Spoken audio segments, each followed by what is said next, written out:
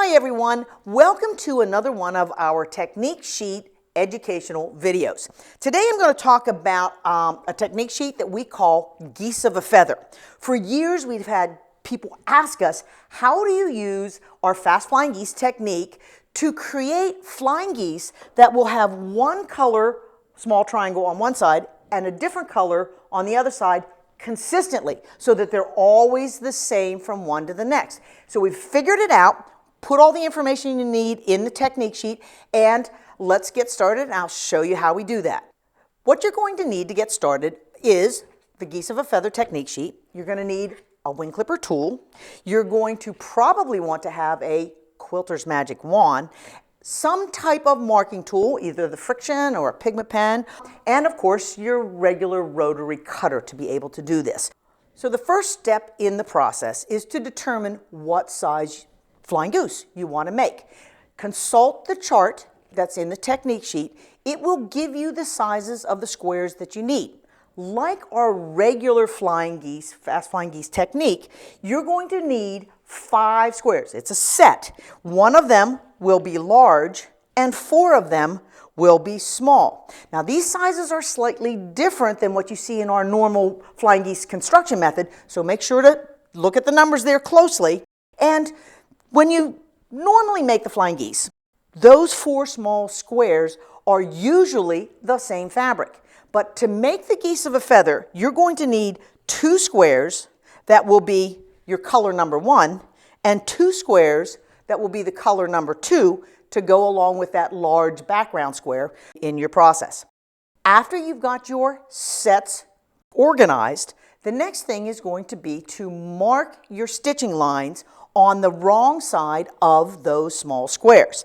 And to mark those lines, this is where that magic wand comes into play. It's got that lasered line that you can place right on the corners of the square. Use your favorite marking tool. It can be the friction pen, it can be a pigment pen, but you'll go ahead and you'll mark both of those stitching lines, and then after those squares are marked, the next step in the process is to actually cut right along that center diagonal, so you're creating oversized triangles here. Now, this is where the process begins. I'm going to take my color number 1, which is going to be my blue, my color number 2, which is my pink, and I'm going to take 1 pair of each of those off the side. And to position these small squares onto my large square, what I'm going to do is put 2 of them together like they are a square, and place those, colored 1, color 2, following the diagram that's on your technique sheet, right into the corner so that the raw edges align. And then I'm going to pretend that this is a square. It's not. It's 2 triangles. But I'm going to place that square in the opposite corner. You'll notice that the 2 blues are kind of opposite each other and the 2 pinks are opposite each other. And if you're doing a bunch of these all at the same time, one of the things that I will do is I will actually take those and put a little dab of glue right in the corner, holding them in place so that I can do multiples of these then for my next step, which is going to be the stitching. So after you've gone ahead and done your stitching on the lines that you've drawn, the next step will be to cut that in half and press those seams to create what you're very familiar with when you're doing the normal flying geese technique, the fast flying geese technique. I tend to press those seams toward the small triangles, but you can, if for some reason, press them open if you would like. Once you have those units pressed, the next step would be to add a square in this corner using our normal method, but we're going to be adding those triangles, following the directions for the careful placement of color number 1 and color number 2. You're going to align the raw edges of the square with the raw edges of the background triangle. Those raw edges in the middle are going to be placed there. And remember, you're always doing this with your fabrics right side together so you can see those stitching lines. And there's the 2 that are going to be heading to my sewing machine next. Now, once the stitching is complete, the rest of the process is going to be very, very familiar to you. You're going to take that unit and you're going to cut right in between It doesn't have to be super perfect, but usually what I do is I just use the wing clipper tool and take one of those diagonal guidelines that are on there and place it on the edge. And then if I happen to cut off a little of the blue or the pink, it doesn't really matter because the stitching is already there. And when you go to press, again, either press toward the small triangle or go ahead and press those seams open.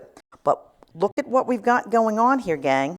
Now you can see all of my geese are going to be exactly the same. I've got some pressed ones here, exactly the same from one to the next, to the next, to the next. How cool is that?